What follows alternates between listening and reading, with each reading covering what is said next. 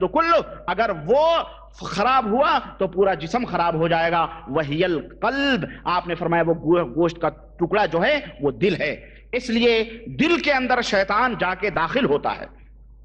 یہ حدیث صحیح بخاری اور صحیح مسلم کے اندر ہے. لیکن آپ کو ایک بات میں یہاں اور بتاؤں کہ ایمان چونکہ اس کا ٹھکانہ ایمان کا دل ہوتا ہے، تو یہ دل جتنا ہی قوی ہوگا ایمان کے اعتبار سے، اس دل کے اندر جتنا ہی ایمان مضبوط ہوگا، شیطان کی طاقت و قوت اتنا ہی کمزور ہوتی چلی جائے گی، اتنی ہی کمزور ہوتی چلی جائے گی. اور جو یہ ایمان دل کے اندر کمزور ہوتا جائے گا، نکلتا جائے گا، کم ہوتا جائے گا، اس کے اندر نقص پیدا ہوتا جائے گا، کمی پیدا ہوتی جائے گی، تو شیطان کا دباؤ دل کے اوپر بڑھتا جائے گا. دلیل اس کی اللہ کے رسول صلی اللہ علیہ وسلم نے فرمایا حضرت عمر بن خطاب رضی اللہ تعالیٰ عنہ سے کہ والذی نفسی بیدہی ما لقیک الشیطان سالکا فجا الا سلک فجا غیر فجک. صحیح بخاری اور صحیح مسلم. حضرت عمر رضی اللہ عنہ سے حضور نے فرمایا کہ اے عمر، تم جس گلی سے گزرتے ہو شیطان اس گلی میں راستہ ہی چھوڑ دیتا ہے تمہارا. جس بھی راستے سے گزرتے ہو شیطان اس راستے سے کترا کے گزر جاتا ہے. اس میں حضرت عمر کی ایک تو فضیلت ہے، دوسرے قوت ایمان کی دلیل ہے کہ حضرت عمر کتنے قوی الایمان تھے کہ وہ جس گلی سے گزرتے تھے شیطان اس گلی سے بھاگ جاتا تھا، دور ہو جاتا تھا. تو میرے مسلمان بھائیوں، یہ ہمارے لیے نصیحت ہے کہ ایمان کی قوت جس قدر تیز ہوگی، جس قدر مضبوط ہوگی، شیطان اسی قدر آپ سے ڈر کی وجہ سے دور بھاگے گا. لیکن جو دل کا ایمان جو ہے یہ کمزور ہوتا جائے گا شیطان آپ سے. چنانچہ جن لوگوں کو شیطان جنات پکڑتے ہیں، اگر آپ گہرائی سے ان کے گھر کا مطالعہ کریں، ان کی لائف کا مطالعہ کریں، ان کی زندگی کا مطالعہ کریں، خواہ وہ عورتیں ہوں یا مرد ہوں، تو اللہ کی قسم 99% آپ کو وہ لوگ ملیں گے جن کے دلوں کے اندر ایمان بس لا الہ الا اللہ محمد رسول اللہ ہے، لیکن ہر ایرو غیرو نتھو خیرو جمراتی شمن کے جو ہے دربار میں جا کے دامن پھیلائے ہوئے ہیں، اللہ وحدہ لا شریک سے دور ہیں، اللہ کے رسول کی دور ہیں، تعویذیں اتنی موٹی موٹی لٹکائے ہوئی ہیں اللہ کی پناہ کہ جہنم کی بیڑیوں کے بجائے دنیا میں بیڑیاں لگائے ہوئے ہیں یہ. اور اس طرح سے جہاں دیکھو وہیں منہ مار رہے ہیں. فلانے نے کہا ارے فلانے بابا کے پاس چلے جاؤ، ارے وہ تو فوراً تم کو پاک صاف کر دیں گے، وہاں دوڑ کے چلے گئے. کسی نے کہا فلانے خالہ کا مزار ہے وہاں چلے جاؤ، وہاں جا کے خاک چاٹنے لگے. کسی نے کہا فلانے مرغا ذبح، یعنی ایمان ان کا کچھ بھی نہیں سوا بس جہاں بھی چاہا وہیں پہنچ گئے. تو ایسے لوگوں کے اوپر شیطان تو مسلط ہی رہتا ہے نا، تو ایسے لوگوں کو شیطان اس طرح سے مسلط کرتا ہے، ان کے اوپر مسلط ہوتا ہے. تو کہنے کا مطلب لیکن میں نے دیکھے ہیں ایسے لوگوں کو بھی جنہوں کے الحمدللہ جو قرآن و حدیث کے متبع ہیں، جو موحد ہیں، جو شرک سے دور رہتے ہیں، یہ درگاہی، یہ فرگاہی، یہ تادیے، یہ شدے، یہ عالم، یہ چوکے، یہ ان بدعات خرافات سے دور رہتے ہیں. ان کے بچے بغیر تعویذ گنڈے پہنے ہوئے موٹے مسنڈے ہوتے ہیں، انہیں کبھی شیطان نہیں چھوٹا ہے الحمدللہ، نہ ان کے قریب آتا ہے. تو جس قدر ایمان گندا ہوگا شیطان کی جگہ بھی گندگی ہے، اسی قدر ایمان، اسی قدر شیطان اس کے اوپر مسلط ہوگا. اسی طرح سے حضرت بعض صحابہ، ایک صحابی کا بیان ہے کہ میں نبی کریم صلی اللہ علیہ وسلم کے پیچھے ایک گدھییا پہ بیٹھا ہوا تھا، ایک گدھے پہ بیٹھا ہوا تھا. تو گدھا جو تھا وہ بچکا نہیں بلکہ یعنی اس کو ٹھوکر لگی بیچارے کو، گدھے کو. دو آدمی تھے نا، ایک تو حضور صلی اللہ علیہ وسلم بھی بیٹھے تھے، اس کے اوپر ایک صحابی بھی بیٹھے تھے. تو گدھا تھوڑا سا مطلب اس کا پیر تھوڑا بینڈ ہو گیا یا تھوڑا سا مطلب لچک پیدا ہوئی. تو صحابی کہتے ہیں میں نے کہا تعس الشیطان، شیطان ہلاک و برباد ہو. فقال للنبی صلی اللہ علیہ وسلم، تو مجھ سے نبی صلی اللہ علیہ وسلم نے فرمایا لا تقل تعس الشیطان، یہ نہ کہو کہ شیطان ہلاک و برباد ہو. فإنک اذا قلتا تعس الشیطان تعاظم فی نفسہ وقال صرعته بقوتی. تو اللہ کے نبی نے فرمایا جب یہ کہو گے یہ ہلاک ہو جائے شیطان، تو اللہ کے نبی نے فرمایا اس طرح سے شیطان تکبر میں آئے گا اور کہے گا دیکھو میں نے اپنی طاقت سے ان لوگوں کو نقصان پہنچا دیا، ان کو نقصان پہنچا دیا. بلکہ کیا کہو اذا قلت بسم اللہ تصاغرت الیہ نفسہ حتی یکون اصغر من ذباب، لیکن جب تم بسم اللہ کہہ دو گے تو شیطان مکھی سے بھی زیادہ حقیر اور ذلیل ہو جائے گا تمہارے سامنے. بات سمجھ میں آ رہی ہے؟ دیکھیں اللہ کے کلام میں کتنی تاثیر ہے. بسم اللہ کہہ کر کے اس طرح سے تاثیر ہے، اللہ کے نبی نے اپنے ساتھی کو سمجھایا۔ اس حدیث سے ہمیں جہاں ایک علاج کا پتہ چلا، دوسرے یہاں بھی ہمیں یہ معلوم ہوا کہ گدھے کی سواری یہ جائز ہے۔ گدھے کی سواری، ہمارے ملکوں میں گدھے کو بڑا حقیر سمجھا جاتا ہے نا۔ کوئی آدمی اگر گدھے پہ بیٹھ کے جائے تو کہتے ہیں، اگر کوئی آدمی سے کوئی غلطی ہو گئی تو کہتے ہیں اس کو گدھے پہ بٹھا کے گھما دو ہے نہیں؟ تو بھائی کہتے ہیں یہ سب سے بڑی حقارت کی چیز ہے۔ ٹھیک ہے، لیکن اتنا معیوب نہیں ہے۔ ہمارے نبی جو سید العرب والعجم تھے، جو سید الثقلین تھے، انسان اور جنات بلکہ دنیا کے تمام مخلوقات کے لیے رحمت بن کر کے آئے تھے، وہ انہوں نے اس کی سواری کی ہے میرے بھائی۔ تو اس کو اتنا ذلیل نہ سمجھو، اس کو حقیر نہ سمجھو۔ اگر کبھی تمہیں پیدل چلنا ہو تو تمہیں پتہ چلے، کبھی آج تو ماشاءاللہ سب کچھ وسائل ہیں، لیکن وہ دور یاد کرو جہاں کی مطلب کچھ بھی نہیں تھے، یہی گھوڑے گدھے یہی تھے، تو وہ زمانے یاد کرو۔ آج بھی جن کے پاس سائیکل نہیں ہے وہ ترستے ہیں، 2-2 5-5 8-8 میل پیدل جاتے ہیں، لیکن اگر جو ہے کوئی سواری پہ بٹھا لے تو اس کا کتنا شکریہ ادا کرتے ہیں۔ تو کہنے کا مطلب یہ ہے کہ آج موجودہ دور میں وسائل مہیا ہیں۔ اس حدیث سے ہمیں یہ بھی معلوم گدھے کی سواری جائز ہے۔ دوسرے ہمیں یہ بھی معلوم ہوا کہ ایک گدھے پہ 2 آدمی بیٹھ سکتے ہیں، جائز ہے، اس کے اوپر ظلم نہیں ہے، اس کے اوپر کوئی ظلم نہیں ہے، کیونکہ اللہ کے رسول ظلم نہیں فرماتے تھے نعوذ باللہ۔ تو گدھا 2 آدمیوں کی سواری کو برداشت کر سکتا ہے۔ سمجھ میں آئی بات؟ تو اس حدیث سے ہمیں یہ معلوم ہوا کہ شیطان جو ہے کس طرح سے ذلیل اور رسوا ہوتا ہے۔ اسی طرح سے یہ چند باتیں رہیں شیطان کے تعلق سے کہ جس کا تعلق شیطان کا انسان سے کس طرح سے ہوتا ہے۔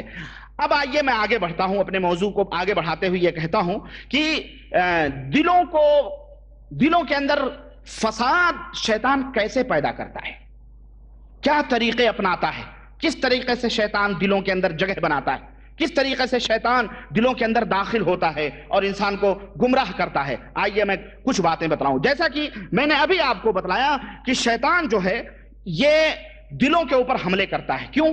دل ایک ڈینمو کی طرح ہے، اس کے تابع تمام جسم کے اعضاء ہوتے ہیں۔ دل جیسا چاہتا، دل نے کہا پانی پیو تو آپ نے ہاتھ بڑھایا اور پانی منہ تک لگایا۔ تو دل کے تابع یہ ہاتھ ہے، پیر بھی ہے، انسان کی آنکھیں بھی ہیں، انسان کا سب پورا، اسی لیے وہ ڈینمو کے اوپر قبضہ کرتا ہے۔ تو اس کی بڑی اہمیت ہے، اسی لیے اللہ کے رسول صلی اللہ علیہ وسلم کی وہ حدیث میں آپ نے فرمایا کہ یہ دل جب درست ہوتا ہے تو تمام چیزیں درست ہوتی ہیں، دل بگڑتا ہے تو تمام سب چیزیں بگڑتی ہیں۔